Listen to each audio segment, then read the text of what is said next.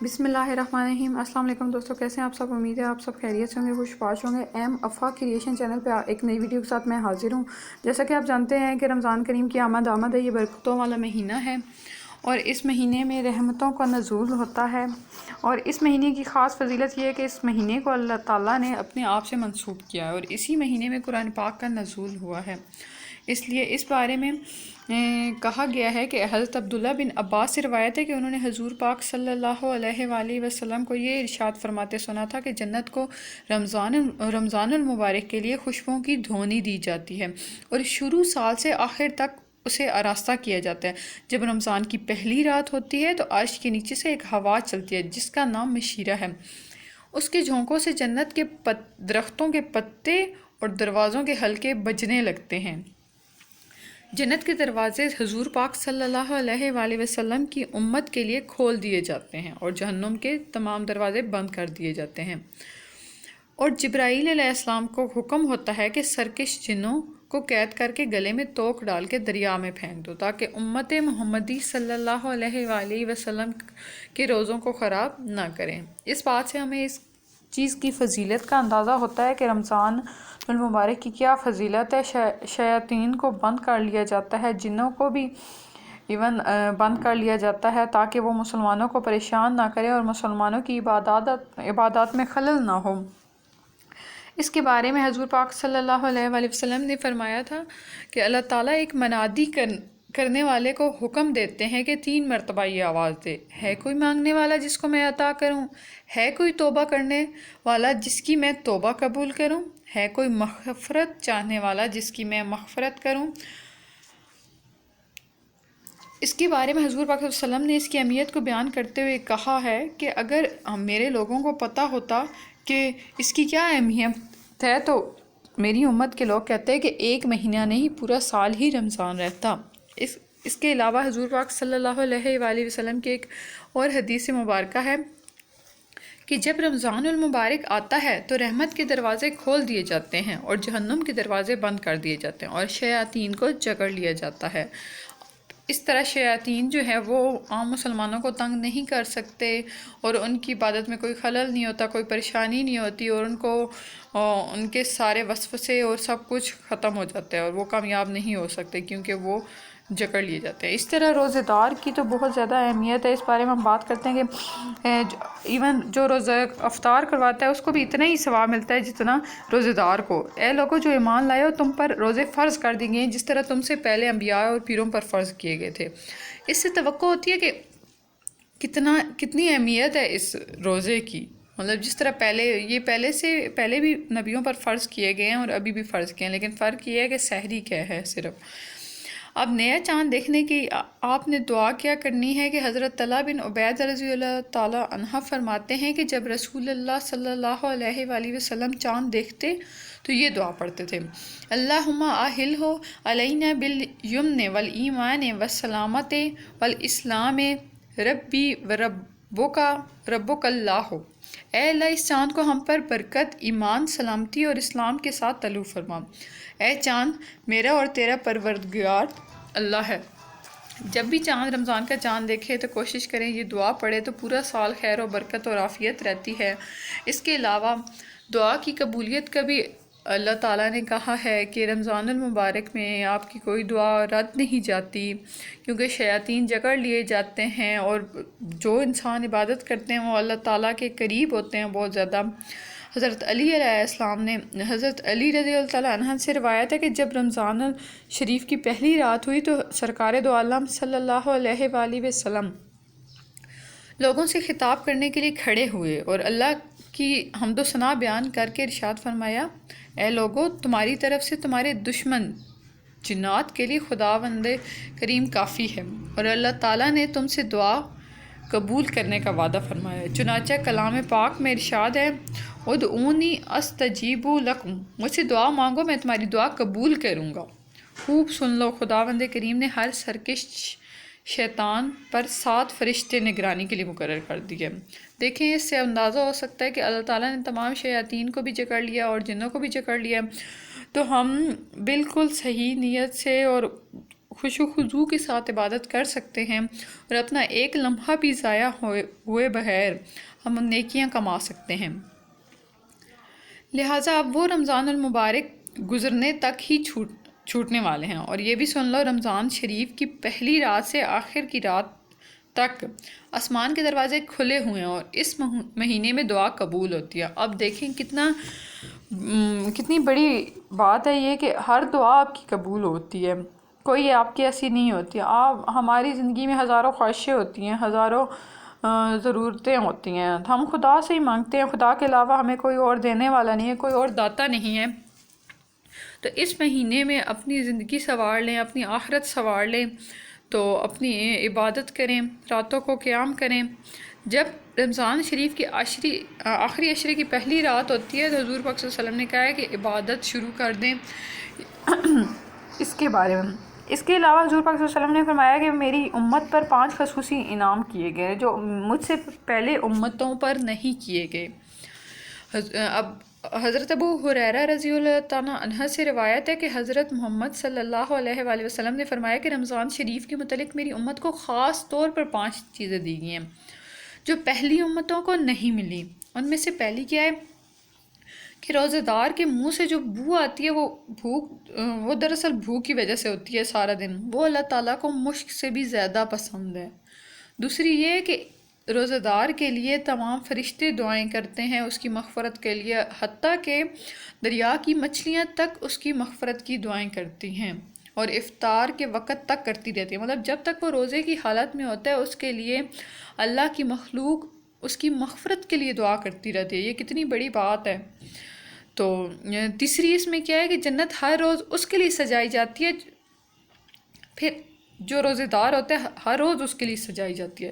پھر اللہ تعالیٰ فرماتے ہیں کہ قریب ہے کہ میرے بندے دنیا کی مشقتیں اپنے اوپر سے پھینک کر تیری طرف آ جائیں۔ اس ماہ مبارک میں چوتھا یہ ہے کہ سرکش جنوں کو قید کر لیا جاتا ہے اور تاکہ وہ برائی کو نہ کریں اور انسان کے نفس کو پریشان نہ کریں۔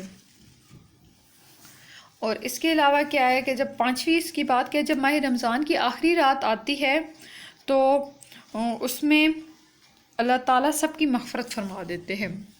اس کے علاوہ روزہ دار کی دعا رد نہیں ہوتی۔ آپ صلی اللہ علیہ وآلہ وسلم نے فرمایا 3 آدمیوں کی دعا رد نہیں ہوتی، ایک عادل حکمران ہوتا ہے، ایک روزہ دار ہوتا ہے اور تیسرا مظلوم ہوتا ہے۔ تو اس میں دیکھیں کہ کسی کی دعا رد نہیں ہوتی تو ہم زیادہ سے زیادہ دعائیں مانگیں اپنے لیے، اپنی امت کے لیے، تمام لوگوں کے لیے، رشتہ داروں کے لیے، ہمارے مرحومین جو ہیں ان کے لیے دعا مانگیں۔ اگر ہمیں یہ موقع ملا ہے، خدا نے ہمیں زندگی دی ہے اور رمضان دی ہے تو ہم اس کا فائدہ اٹھائیں۔ اس کے علاوہ کیا ہے کہ روزہ ڈھال ہے۔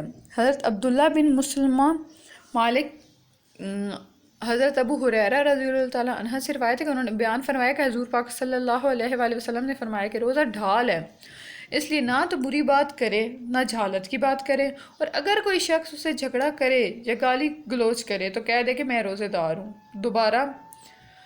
2 بار کہہ دے، ٹھیک ہے نا۔ اگر بار بار کوئی آپ کو تنگ کرتا ہے پھر بھی آپ یہی کہہ دیں تو اس کے کرنے کا اجر اس کو ملے گا اور آپ کے کرنے کا ثواب تو آپ کو ملنا ہے نا۔ اگر آپ گالی گلوچ کریں گے تو آپ کے روزے کا بھی کوئی فائدہ نہیں ہے۔ قسم ہے اس کی جس کی قبضے میں میری جان ہے، روزے دار کے منہ کی بو اللہ کے نزدیک مشک سے بھی بہتر ہے۔ وہ کھانا پینا، وہ اپنی مرغوب چیزوں کو روزہ دار روزوں کے لیے خاص چھوڑتا ہے۔ میں بدلہ دیتا ہوں اور نیکی 10 گنا ملتی ہیں، مطلب رمضان میں ہر چیز کا ثواب جو ہے وہ بڑھا دیا جاتا ہے۔ اس کے بارے میں حضور پاک صلی اللہ علیہ وسلم نے ارشاد فرمایا جو لوگ رات کو عبادت کے باعث بستروں کو خالی چھوڑ دیتے ہیں وہ جنت میں بلا حساب داخل ہو جائیں گے۔ واہ واہ کیا بات ہے۔ ہماری زندگی میں 100 خطائیں ہو جاتی ہیں، 100 گناہ ہوتے ہیں ہم سے، تو اگر ہمیں رمضان کا مہینہ میسر ہوا ہے تو ہم راتوں کو قیام کر کے اس کو اپنے لیے باعث نجات بنا لیں۔ اس کے علاوہ رمضان المبارک میں ایک رات لیلۃ القدر کی عبادت کی ہے جو کہ 1000 مہینوں کی عبادت سے بہتر ہے، اور یہ زیادہ تر طاق راتوں میں، آخری عشرے کی طاق راتوں میں ہوتی ہے۔ رمضان کی اہمیت کا اندازہ اس سے بھی ہوتا ہے کہ اس مہینے میں نوافل کا ثواب جو ہوتا ہے وہ فرض کے برابر ہو جاتا ہے، اور جو فرض ہوتے ہیں ان کا ثواب اللہ تعالیٰ نے 70 گنا بڑھا دیا ہے۔ آپ ایک نماز ادا کرتے تو آپ کو 70 نمازوں کا ثواب ملتا ہے، اور اسی طرح آپ 2 نوافل کرتے ہیں تو آپ کو فرض نماز جتنا ثواب ملتا ہے۔ جو شخص اس مہینے میں ایمان اور ثواب کی نیت سے روزے رکھے اور تو اس کے سارے گناہ معاف کر دیے جائیں گے۔ جو شخص کسی روزے دار کا روزہ کھلواتا ہے اس کو بھی اتنا ہی ثواب ملتا ہے جتنا کہ روزے دار کو۔ رمضان کا پہلا عشرہ رحمت ہے، دوسرا مغفرت ہے اور تیسرا دوزخ کی آگ سے نجات ہے۔ روزہ گناہوں سے بچنے کے لیے ڈھال ہے۔ اللہ تعالیٰ اپنے نیک بندوں کے لیے روزانہ جنت کی آرائش کرتا ہے، اور روزے میں سحری کھانا بہت ہی بابرکت ہے، صحت کے لیے وہ بہت صحیح ہے، اور اس میں جنت کے تمام دروازے کھلے ہوتے ہیں۔ اس سے پہلے اگر آپ نے میرا چینل سبسکرائب نہیں کیا ایم آفاق کریشن تو پلیز سبسکرائب کر لیں اور بیل والا آئیکن پہ بھی کلک کر لیں تاکہ نئی آنے والی ہر ویڈیو کا نوٹیفیکیشن آپ کو ملتا رہے اور آپ کوئی بھی ویڈیو مس نہ کر سکے۔ Thank you. اس کے بارے میں ایک شعر بھی ہے، زبر نہیں زیر ہو جا کیونکہ آگے پیش ہونا ہے۔ یہ سمجھنے والے کے لیے بہت ہے کہ اکڑ نہیں، تھوڑی عاجزی پیدا کر اپنے آگے کیونکہ آگے پیش ہونا ہے۔ اس کے علاوہ اللہ تعالیٰ نے رمضان المبارک کے بارے میں بہت زیادہ فضیلت اس کو دی ہے، بہت زیادہ اہمیت دی ہے، حتیٰ کہ سحری کرنے کو بھی بہت زیادہ اہمیت حاصل ہے۔ حضور پاک صلی اللہ علیہ وآلہ وسلم نے فرمایا کہ سحری کھایا کرو کیونکہ سحری کھانے میں برکت ہوتی ہے۔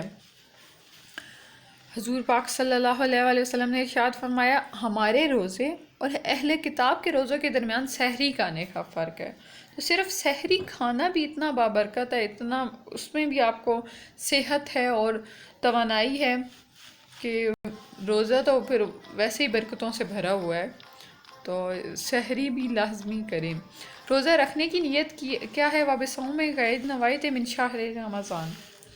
اور روزہ افطار کرنے کی کیا ہے؟ اللہم انی لک صمت وبک آمنت وعلیک توکلت وعلی رزقک افطرت۔ روزہ دار کو 2 خوشیاں نصیب ہوتی ہیں۔ ایک تو یہ کہ اس کو کوئی روزہ جب وہ روزہ افطار کرتا ہے تو اس کو ایک تو خوشی یہ ہوتی ہے کہ میرے ہونے والے روزے افطاری ہونے والی ہے تو میں پانی پیوں گا، ٹھنڈا ٹھنڈا پانی گلے سے جائے گا، ایک تو اس لحاظ سے اس کو خوشی ہوتی ہے۔ دوسری اس کو خوشی یہ ہوتی ہے کہ اس کی کوئی دعا قبول نہیں ہوتی، حتیٰ کہ افطاری کے وقت جب وہ افطار کرنے لگتا ہے اس وقت تو جو دعا کی جائے وہ تو رد جاتی ہی نہیں ہے۔ اس کے بارے میں حضرت عباد بن سمات رضی اللہ تعالیٰ عنہ نے نبی کریم صلی اللہ علیہ وآلہ وسلم سے روایت کرتے ہوئے آپ نے فرمایا کہ جو شخص رات بھر جا کے یہ کلمات پڑھے، لا الہ الا اللہ وحدہ لا شریک لہ لہ الملک ولہ الحمد وہو علی کل شیء قدیر، سبحان اللہ والحمد للہ ولا الہ الا اللہ واللہ اکبر ولا حول ولا قوۃ الا باللہ العلی العظیم، اللہم اغفر لی۔ اور پھر اس کے بعد یہ پڑھنا ہے، اللہم اغفر لی، اے اللہ مجھے بخش دے۔ تو جو بھی دعا مانگے گا اس کی قبول ہوگی۔ تو رمضان میں عبادتیں تو ہم نے کرنی ہی کرنی ہیں انشاءاللہ۔ تو اگر یہ ایسا وظیفہ ہے، اگر آپ یہ وظیفہ رات کو کرتے ہیں تو آپ کی کوئی بھی دعا انشاءاللہ تعالیٰ اللہ کے فضل و کرم سے قبول ہونے سے نہیں رہے گی، ہر دعا قبول ہوگی آپ کی، جو بھی آپ مانگیں گے۔ تو اس کے علاوہ رمضان الکریم کے میں آپ 3 سیکنڈ میں 1400 نیکیاں کما سکتے ہیں۔ رمضان الکریم میں آپ 3 سیکنڈ میں 14 کروڑ نیکیاں کما سکتی ہیں۔